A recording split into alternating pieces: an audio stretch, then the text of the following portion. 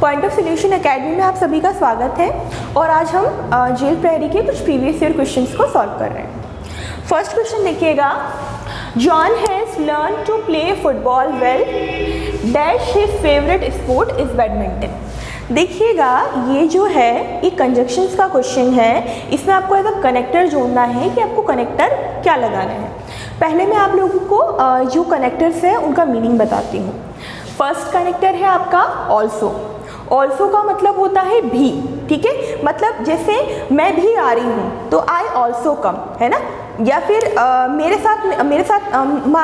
पास मेरा फ़ोन भी है तो I also have my mobile. अब अगला है आपका येट, ठीक है। येट का मीनिंग होता है, अगर आप हिंदी में देखना चाहेंगे तो येट का मीनिंग जो होता है वो क्या होता है, फिर भी। और येट जो होता है किसी भी पॉजिटिव और नेगेटिव सेंटेंस को जोड़ने में काम आता है। मतलब एक सेंटेंस आपका पॉजिटिव मीनिंग देगा और दूसरा नेगेटिव, यानी कि टोन में। जैसे मान लीजिए कि मैं बीमार थी फिर भी मैंने क्लास ली, तो मेरा बीमार होना एक नेगेटिव चीज़ है और मेरा क्लास लेना वो पॉजिटिव चीज़ है। तो दोनों सेंटेंसेस को मैं किससे कनेक्ट करूँगी, येट से कनेक्ट करूँगी। अगला है आपका सो का मीनिंग काफ़ी तरीके से होता है, तो यहाँ पे सो का मतलब मैं आपको बताना चाहूँगी बहुत, ठीक। एंड अगला आपका है एंड। एंड का मीनिंग क्या होता है, और। एंड का मीनिंग होता है और। जैसे मैं और मेरी फ्रेंड दोनों यहाँ आए हैं तो मी, आई एंड माई फ्रेंड, ठीक है, तो वहाँ पे अपन क्या जोड़ेंगे, एंड। अब अपन सेंटेंस का मीनिंग देखते हैं। Like John has learn to play football well. भाई जॉन ने जो है बहुत अच्छे से क्या सीखा था, फुटबॉल खेलना सीखा था। क्या सीखा उसने, फुटबॉल खेलना सीखा था। Dash his favourite sport is badminton. लेकिन वहाँ क्या बोल रहे हैं, लेकिन उसका फेवरेट स्पोर्ट जो है, फेवरेट स्पोर्ट्स जो है वो कौन सा है, बैडमिंटन है। तो देखिए सेंटेंस क्या कहना चाहता है कि भाई उसका जो उसने सीखा क्या था, सीखा तो उसने फुटबॉल था, लेकिन वो क्या कर रहा है, वो बैडमिंटन उसका फेवरेट स्पोर्ट हो गया। फुटबॉल सीखा था तो फुटबॉल ही होना चाहिए था, लेकिन यहाँ पे बैडमिंटन हो गया। तो ये सेंटेंस कैसा मीनिंग दे रहा है, पॉजिटिव और नेगेटिव मीनिंग दे रहा है। एक बात पॉजिटिव में कही जा रही है और दूसरी बात नेगेटिव में। तो यहाँ पे आपका करेक्टर क्या होगा, येट होगा। क्या करेक्टर आएगा आपका, येट आएगा। तो ये आपका क्वेश्चन जो है कंप्लीट हो गया। अब अगला कहा जा रहा है, the bank to write off a large amount of the farmers डेब्ट just before the financial year ended. Bank से क्या है, बैंक से कहा गया है कि जो फार्मर्स है, जो हमारे किसान हैं, उनका क्या कर दे, उनका जो है कर्ज माफ़ कर दे। कब से पहले, just before financial year and होने से पहले उसे माफ़ कर दिया जाए। तो देखिएगा कभी भी हम इस टाइप के क्वेश्चन को अगर सॉल्व करते हैं तो सबसे पहले हम ये चेक करते हैं कि ये जो आपका बैंक है ये कैसा नाउन है। यहाँ पे कितने बैंक हैं, एक ही बैंक है, तो जो आपका बैंक है वो कैसा नाउन है, वो आपका सिंगुलर नाउन है। कैसा नाउन है आपका, सिंगुलर। अब सिंगुलर नाउन के साथ वर्ब भी सिंगुलर लगेगा। और एक चीज़ और देखिएगा कि जिन वर्ब की एंडिंग कैसे होती है, एस से, जिन वर्ब की एंडिंग कैसे होती है, एस से, वो सारे वर्ब कौन से वर्ब होते हैं, सिंगुलर। तो अगर मेरा बैंक सिंगुलर है तो इनके साथ जो वर्ब लगेगी वो भी सिंगुलर ही लगेगी। अब मैं एक बार ये चेक करती हूँ, क्या वॉज सिंगुलर वर्ब है, हाँ है। क्योंकि इसकी एंडिंग एस से हुई है। क्या फोर्सेस सिंगुलर वर्ब है, हाँ है, क्योंकि इसकी एंडिंग भी कैसे हुई है, एस से हुई है। अगेन यहाँ पे वॉज है, एस के साथ हुई है, चलो ये भी सिंगुलर वर्ब है। अगला हो रहा है विल फोर्स। विल के बाद वर्ब का फर्स्ट फॉर्म लगता है, ये भी करेक्ट है। और ये कौन सा फॉर्म है आपका, ये आपका फ्यूचर का फॉर्म है। कौन सा फॉर्म है, फ्यूचर। हमेशा विल और शैल को फ्यूचर के लिए ही यूज़ किया जाता है। विल शैल कभी प्रेजेंट के लिए यूज़ नहीं होते हैं, विल शैल हमेशा फ्यूचर के लिए यूज़ होते हैं, ओके।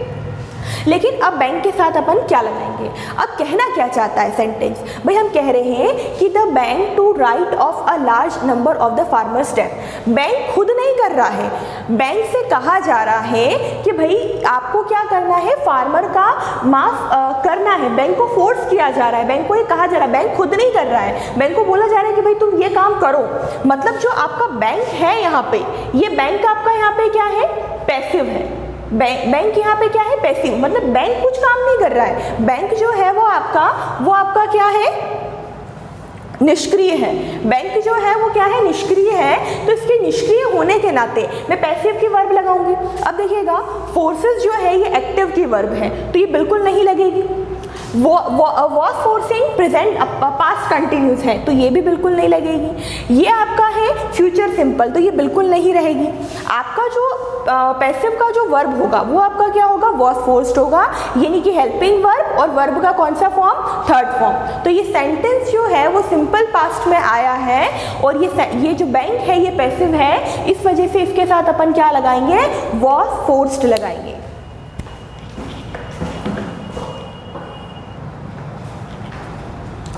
हमारा अगला क्वेश्चन है when it dash public buses can be twice as dangerous।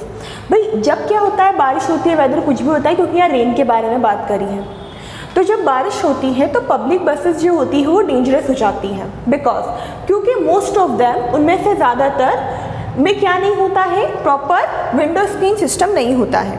देखिएगा जब भी हम इस टाइप के सेंटेंसेस को सॉल्व करते हैं तो फर्स्ट हमें आनी चाहिए एलिमिनेशन मेथड। एलिमिनेशन मेथड कैसे कि कुछ जो ऑप्शंस है आप उन्हें डायरेक्टली हटा दें।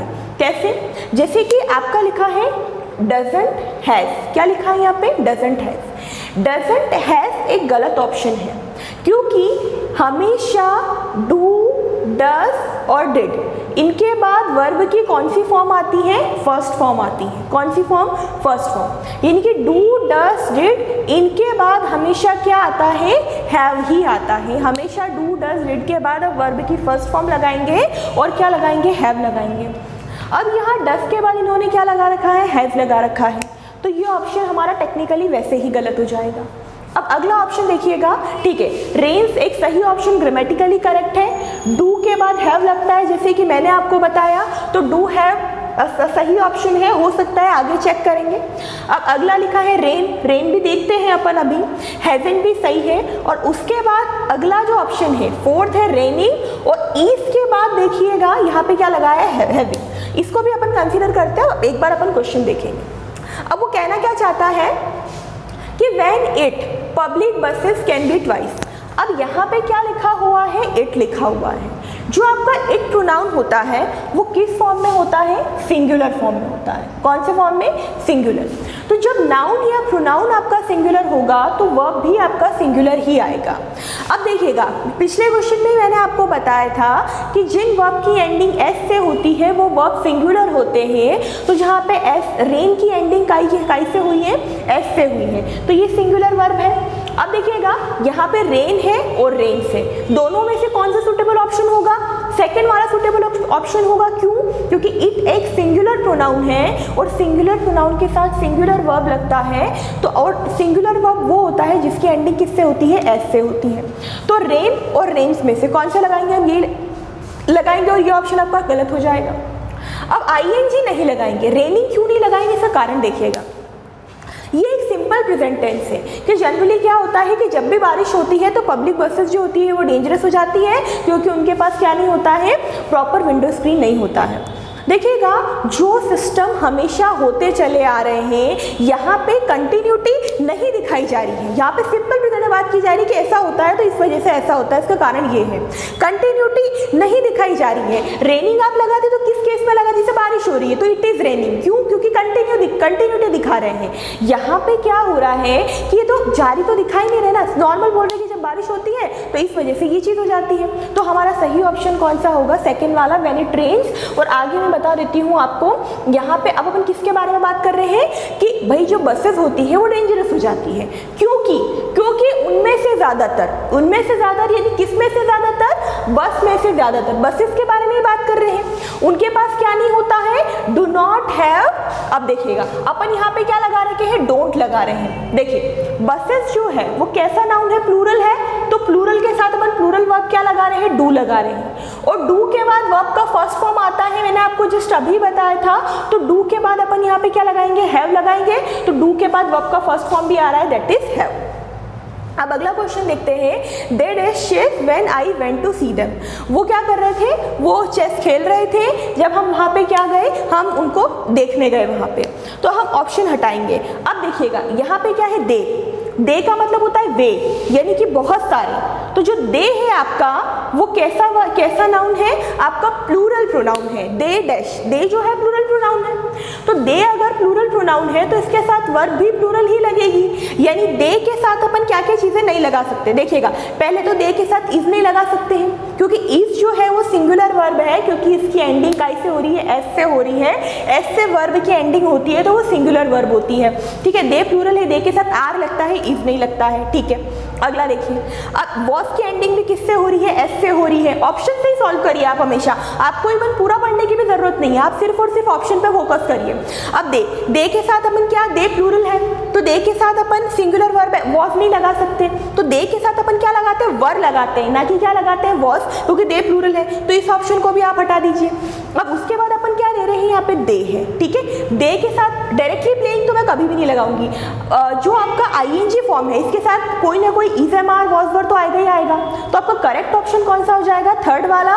दे के साथ वर भी रहेगा और वर के बाद आईएनजी भी रहेगा, तो क्या होगा, they were playing chess when I went to see them.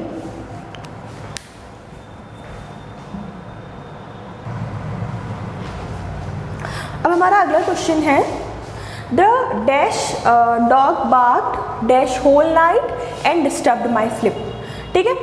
अब देखिएगा ये आर्टिकल का क्वेश्चन है, आपको यहाँ पे क्या लगाना है, आर्टिकल लगाना है। अब इसमें आप ऑप्शन कैसे अवॉइड कर सकते हैं, सबसे पहले वहाँ पे क्या लिखा है, डॉग लिखा हुआ है, ठीक है। डॉग जो है वो स्वर है या व्यंजन है, ड का उच्चारण आ रहा है यानी कि एक कॉन्सोनेंट है, यानी कि ये क्या है, ये एक व्यंजन है, तो इसके साथ क्या नहीं आएगा, एक तो इसके साथ एन नहीं आएगा, तो डॉग के साथ अपन कभी भी क्या नहीं लगाएंगे, एन नहीं लगाएंगे। इस वजह से अपन एन को क्या कर देंगे, कैंसिल कर देंगे, तो ये ऑप्शन आपका क्या हो गया, अवॉइड हो गया। अब अगला ऑप्शन है आपका ए और अगला आपका क्या है, द। अब पहले आपको ये चीज़ बताना चाहूँगी कि जब भी कोई अनिश्चित, जो आपका ए और एन होते हैं, ये आपके ए और एन होते हैं, ये क्या होते हैं, इनडेफिनेट होते हैं। कौन से आर्टिकल होते हैं, इनडेफिनेट आर्टिकल होते हैं, यानी कि अनिश्चित आर्टिकल होते हैं, क्या होते हैं, अनिश्चित। और द जो होता है ना, वो क्या होता है आपका सर्टेनिटी, यानी कि द जो होता है वो आपका क्या बताता है, वो निश्चितता बताता है। कोई भी चीज़ निश्चित हो, जैसे अगर मैं कहूँगी कि मुझे वही पेन चाहिए जो मैंने तुम्हें गिफ्ट किया था, तो आई वॉन्ट द पेन, है ना, that I gifted you. The pen क्यों बोलेंगे, क्यों, क्योंकि मैं एक निश्चित चीज़ के बारे में बात कर रही हूँ, ओके। अब यहाँ पे क्या बोल रहे हैं आप, एक कोई कुत्ता भौंक रहा था पूरी रात जिसकी वजह से मेरी स्लीप डिस्टर्ब हुई, ठीक है।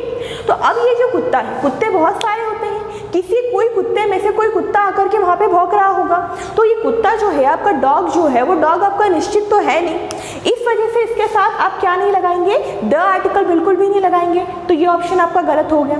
तो अपने पास बचा क्या, यहाँ पे भी एन, यहाँ पे भी ए और यहाँ पे भी ए। अब अगर आपको होल में कंफ्यूजन हो रहा है तो यहाँ पे तो आप स्वर और व्यंजन का डिफरेंस देख करके भी डिफरेंस को क्लियर कर सकते हैं।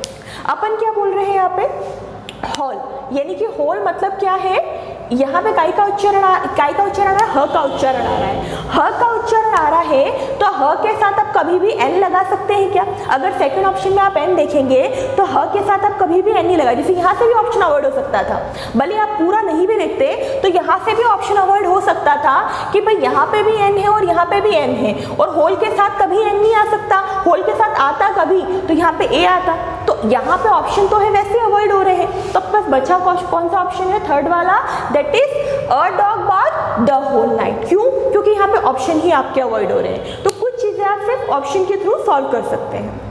अब अगला क्वेश्चन है, the chief guest cut the ribbon to inaugurate the new emporium. देखिएगा इसको अपन को किसमें चेंज करना है, पैसिव वॉइस में चेंज करना है, किसमें, पैसिव वॉइस में।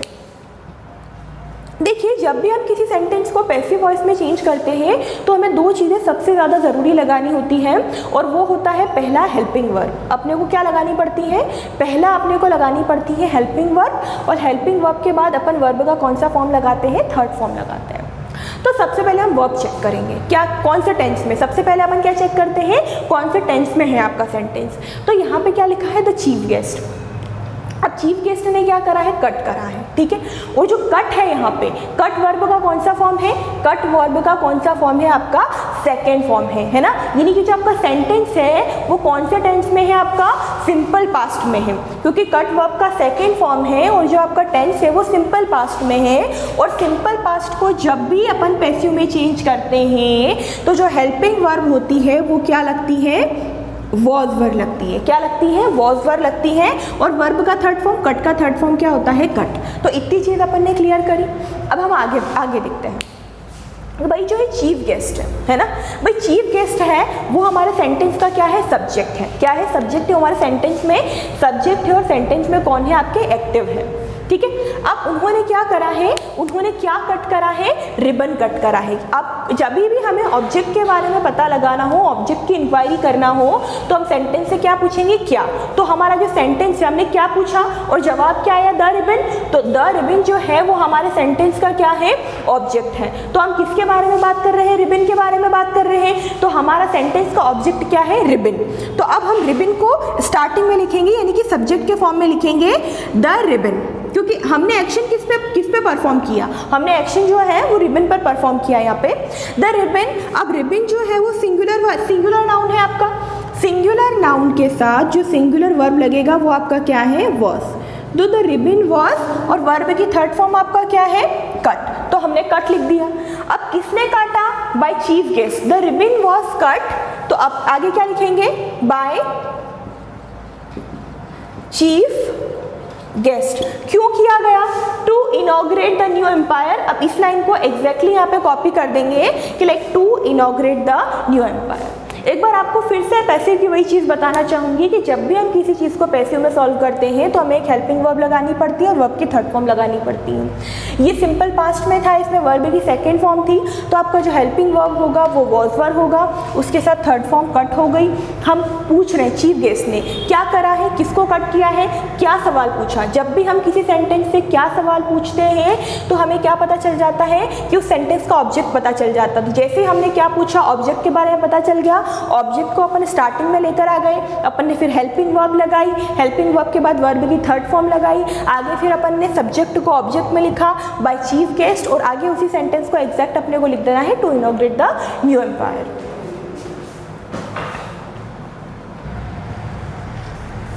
अब हमारा अगला क्वेश्चन है, हमें इसे एक्टिव वॉइस में चेंज करना है। Like I will be forced to go, ठीक है, I will be forced to go. अब इसको किस में चेंज करना है, आपको एक्टिव वॉइस में। अब एक्टिव वॉइस में हमें चेंज करना है तो सबसे पहले अपन क्या देखेंगे, इसमें टेंस कौन सा है। टेंस कौन सा है, अपन देखेंगे कि विल बी फोर्स्ड, ठीक है। विल और थर्ड फॉर्म है। विल आपका जो हो गया वो हेल्पिंग वर्ब है, एंड फोर्स्ड जो हो गया आपका कौन सा फॉर्म हो गया, थर्ड फॉर्म हो गया।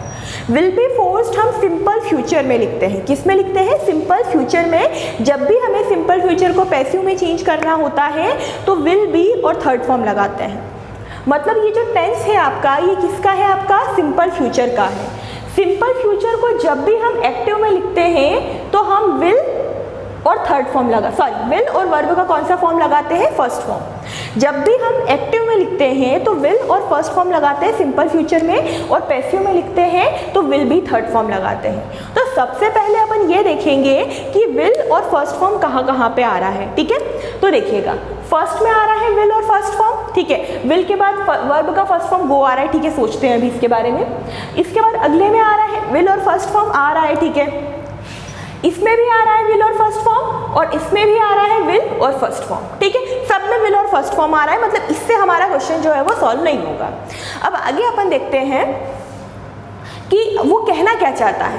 भाई I will be forced to go, मुझे फोर्स किया जा रहा है जाने के लिए, ठीक है। मतलब मुझे कोई और फोर्स कर रहा है जाने के लिए। अब सुनना कि जब भी अपन एक्टिव से पैसिव में चेंज करते हैं तो सेंटेंस का मीनिंग कभी भी चेंज नहीं होना चाहिए। जैसे अगर मैं एक्टिव में कहूँगी कि मैं फ़ोन यूज़ कर रही हूँ, तो पैसिव में क्या कहूँगी कि मेरे द्वारा वही फ़ोन यूज़ किया जा रहा है। तो यहाँ पे मैं कह रही हूँ कि मुझे फोर्स किया जा रहा है जाने के लिए।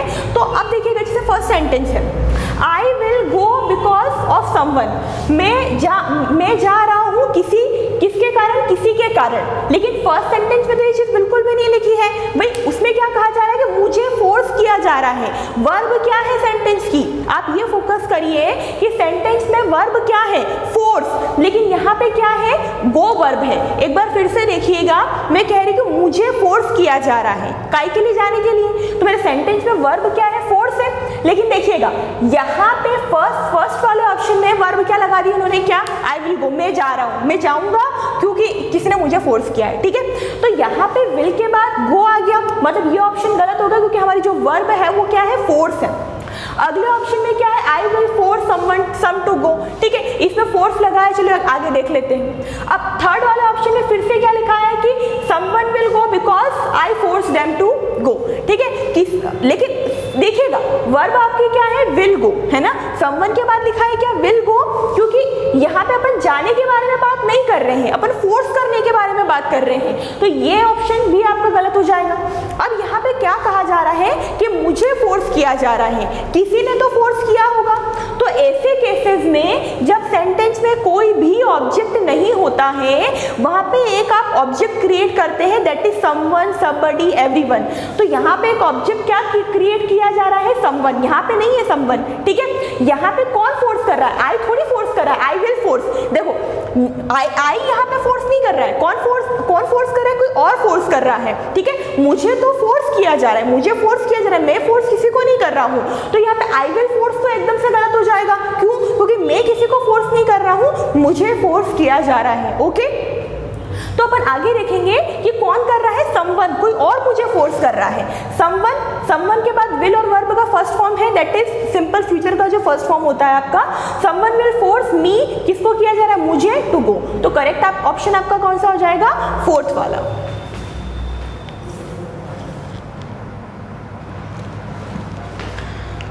अब हमारा अगला क्वेश्चन है कि एक स्टेटमेंट दिया हुआ है और ये एक रॉन्ग स्टेटमेंट है। ये क्या है आपका, रॉन्ग है, ये आपका इनकरेक्ट स्टेटमेंट है, ठीक है। अब इस इनकरेक्ट स्टेटमेंट में आपको जो है कि 4 ऑप्शंस दे रखे हैं, चारों ऑप्शंस में से एक करेक्ट ऑप्शन फाइंड आउट करना है। जब भी हम इस टाइप के सेंटेंसेस देखते हैं तो सबसे पहले हम इनको इवन इनका मीनिंग निकालने हैं, इनको पढ़ने से पहले इनकी स्टार्टिंग मैच करते हैं।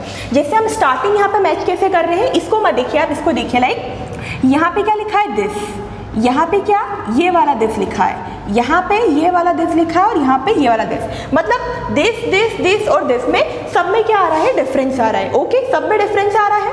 तो अपन अब ये चेक करेंगे कि इन सभी दिस में से कौन सा वाला दिस जो है वो करेक्ट है, ठीक है। अब एक चीज़ मैं बताना चाहूँगी कि जो आपका ये वाला दिस होता है, THIS, ये दिस जो होता है ये किसके लिए लगता है, ये सिंगुलर के लिए लगता है, ठीक है। जिसे हम बोलूँगी दिस पेन, ठीक है। तो इस पेन के साथ में कौन सा वाला दिस लगाऊंगी, ये वाला दिस लगाऊंगी, क्यों, क्योंकि मेरे पास एक ही पेन है, ठीक है। तो मैं ये वाला कौन सा, ये वाला दिस लगाऊंगी। लेकिन अगर मान लो कि मेरे पास बहुत सारे पेन्स आ जाएंगे तो फिर मैं कौन सा वाला दिस लगाऊंगी, THESE, दिस पेन्स, ठीक है। जब भी अपन सिंगुलर के बारे में बात करते हैं तो THIS वाला दिस लगाते हैं, और जब भी हम प्लूरल के बारे में बात करते हैं तो THESE वाला दिस लगाते हैं, ओके। तो हम चेक करते हैं, दिस रिवर, देखिए THIS है, यहाँ पे एक ही नदी है, मतलब दिस रिवर ये यहाँ पे करेक्ट है, ओके।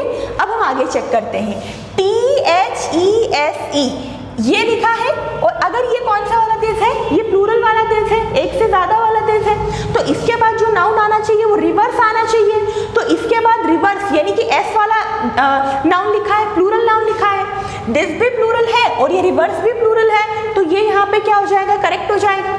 अब अगला ऑप्शन आपका देखते हैं कि THESE, देखिएगा ये जो है ये प्लूरल वाला दिस है, तो इसके बाद जो नाउन है वो भी प्लूरल आना चाहिए, मतलब THESE के बाद तो रिवर्स आना चाहिए, दिस रिवर्स।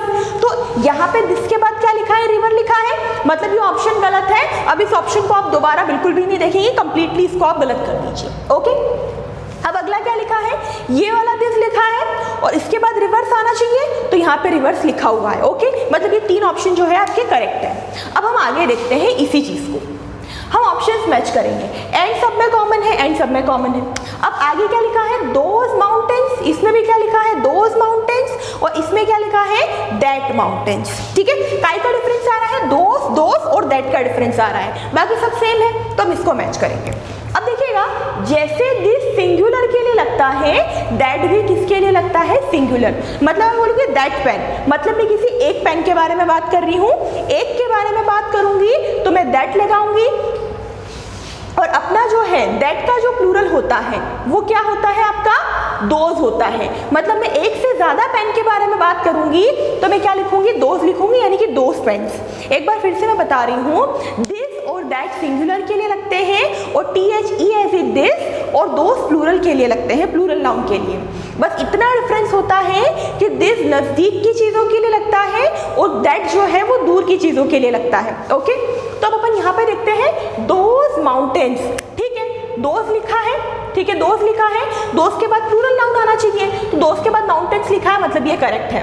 यहाँ पे भी दोज के बाद माउंटेन्स लिखा है, मतलब ये करेक्ट है। यहाँ पे क्या लिखा है, दैट, और फिर पीछे क्या लिखा है, माउंटेन्स, मतलब एक से ज्यादा माउंटेन। देखिएगा माउंटेन्स यहाँ पे प्लूरल है, लेकिन इसके आगे जो ये लगाया है, ये क्या लगाया है, दैट लगाया है, मतलब ये ऑप्शन गलत है, क्योंकि माउंटेन्स के साथ क्या आना चाहिए, माउंटेन्स के साथ या तो दोज आना चाहिए या दैट के साथ माउंटेन आना चाहिए। तो ये ऑप्शन आपके क्या हो गए, कंप्लीटली गलत हो गए, इनको अपन क्या कर देंगे, यहाँ पे अवॉइड कर देंगे। ओके, अब हम आगे सेंटेंस को चेक करेंगे। ठीक है, माउंटेन्स, अब यहाँ पे भी मेक है, यहाँ पे भी मेक है। ठीक है, इसको आप बिल्कुल चेक नहीं करेंगे, दोनों में जो कॉमन चीज होती है, कॉमन चीज को कभी मैच नहीं करेंगे। ठीक है, अब क्या लिखा है, द वेदर, द वेदर। ठीक है, द वेदर, द वेदर, यहाँ से आप बिल्कुल भी चेक नहीं करेंगे, सेंटेंस कॉमन है। वॉट यहाँ पे भी लिखा है, वॉट यहाँ पे भी लिखा है। ठीक है, ये चेक नहीं करेंगे। अब उसके बाद क्या लिखा है, यहाँ पे दे लिखा है और यहाँ पे क्या लिखा है, इट। अब अपन यहाँ पे चेक करेंगे। ठीक है, अब वो क्या बोल रहा है, आपको दे लगाने हैं या आपको इट लगाना है। ये पिछले प्रीवियस ईयर जेएल प्रहरी का ही क्वेश्चन है। अगर आपको बेसिक कॉन्सेप्ट क्लियर नहीं होते हैं तो आप क्वेश्चंस क्लियर नहीं कर पाते। बहुत पुराने टाइम में वो सिंपल एक एक लाइन के क्वेश्चंस आते थे, लेकिन इस तरीके के क्वेश्चन भी एग्जाम में आते हैं, तो आप डीपली पढ़िए किसी भी चीज़ को। अब आगे अपन देखते हैं कि भाई क्या कहना क्या चाहता है वो, कि भाई ये जो रिवर्स है और ये माउंटेन्स है, ये वेदर को बना रहे हैं जैसा वो है। क्या है, कौन है, जैसा वेदर है वैसा उसको बना रहे हैं। ठीक है, जैसा वेदर है मतलब आप जैसा मौसम है वैसा उसको बना रहे हैं। तो आप ये किसके बारे में बात कर रहे हैं, मौसम के बारे में। यानी कि यहाँ पे जो बात की जा रही है वो किसके बारे में की जा रही है, मौसम के बारे में की जा रही है, कि रिवर और माउंटेन मौसम को वैसा बना रहे हैं जैसा वो है। ओके, तो जब अपन मौसम के बारे में बात कर रहे हैं, मतलब अपन सिंगुलर के बारे में बात कर रहे हैं। मौसम मतलब एक ही है ना, मौसम जो है वो आपका क्या है, वो आपका सिंगुलर है। ठीक है, अब मौसम जो है आपका सिंगुलर है, तो मौसम के साथ दे लगना चाहिए या मौसम के साथ इट लगना चाहिए। देखिएगा, इट जो होता है वो सिंगुलर के लिए आता है। किसके लिए आता है, इट सिंगुलर के लिए आता है।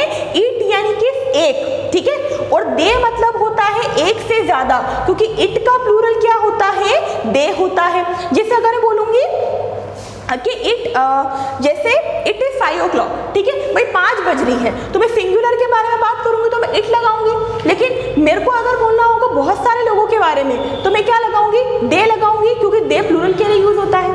अब आप लोग देखिए कि जब हम मौसम के बारे में बात कर रहे हैं तो उसके साथ दे लगाएंगे कि इट लगाएंगे, हम इट लगाएंगे क्योंकि मौसम जो है वो सिंगुलर है। तो यहाँ पे करेक्ट ऑप्शन आपका क्या होगा, सेकेंड वाला।